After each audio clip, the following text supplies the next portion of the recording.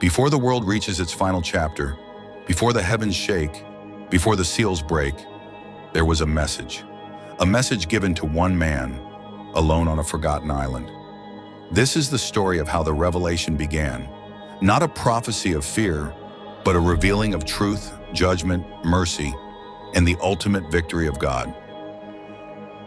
Welcome to part 1 of the Revelation series. In this episode, we travel into the opening moments, the foundation of the entire vision.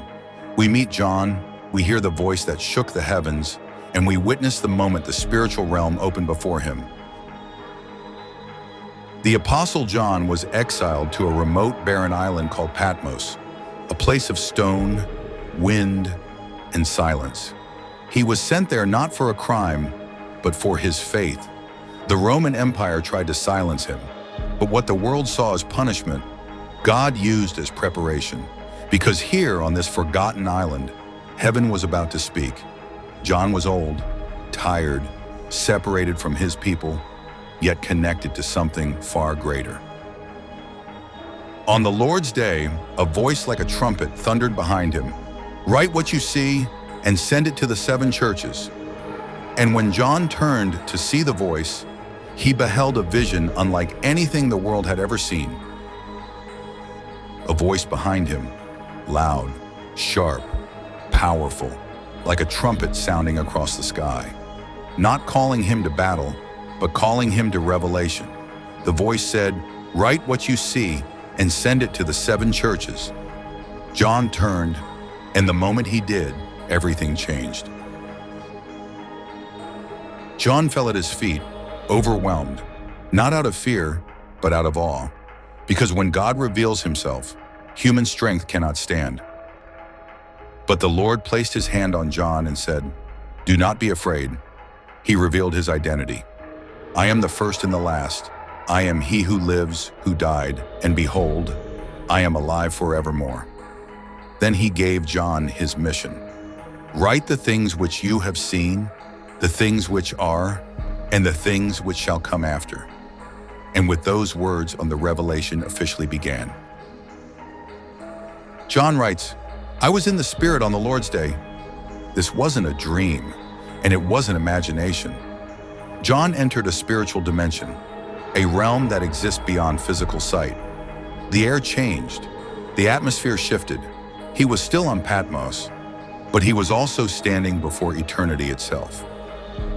And then John saw him, the Son of Man, not as the teacher by the Sea of Galilee, not as the humble carpenter, but in his full glory, clothed in a long robe with a golden sash, his hair white like wool, pure, eternal, his eyes like flames of fire, seeing into every soul, revealing every truth, his feet like polished bronze glowing in a furnace, unshakable, unstoppable, and his voice like rushing waters. In his right hand were 7 stars, and from his mouth came a sharp double-edged sword, representing his word, powerful, undeniable, true. This was the beginning of the visions, where earth and heaven merged, where symbols carried divine warnings, and every sign held power. John saw a throne in heaven surrounded by emerald light, 24 elders casting their crowns, creatures full of eyes declaring, "Holy, holy, holy." And in the right hand of the one on the throne, a scroll sealed 7 times. No one in heaven or earth could open it until the Lamb appeared. Before him appeared 7 golden lampstands, brilliant, shining, glowing with heavenly fire. These lampstands symbolize the 7 churches, real places, real believers, real struggles. They weren't abandoned, they weren't forgotten. Christ himself walked among them. Most people see the lampstands, but miss what they represent. The lampstands are the 7 churches, and the message is powerful. Jesus stands among his people, even in suffering, persecution, and darkness.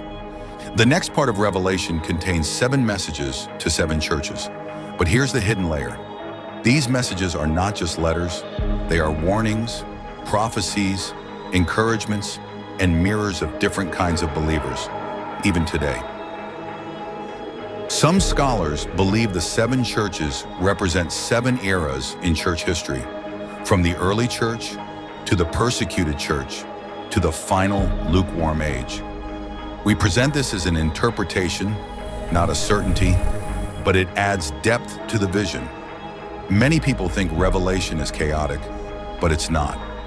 Hidden inside the book is a structure, a divine pattern, where the beginning mirrors the end. Revelation is a prophecy, but also a perfectly woven message. This is only the first step into the visions of John. The letters to the seven churches, the scrolls sealed 7 times, the throne room of heaven, the 4 horsemen, all of that is still ahead. And soon, the Lamb will appear. This is Revelation, the prophecy once sealed, now open.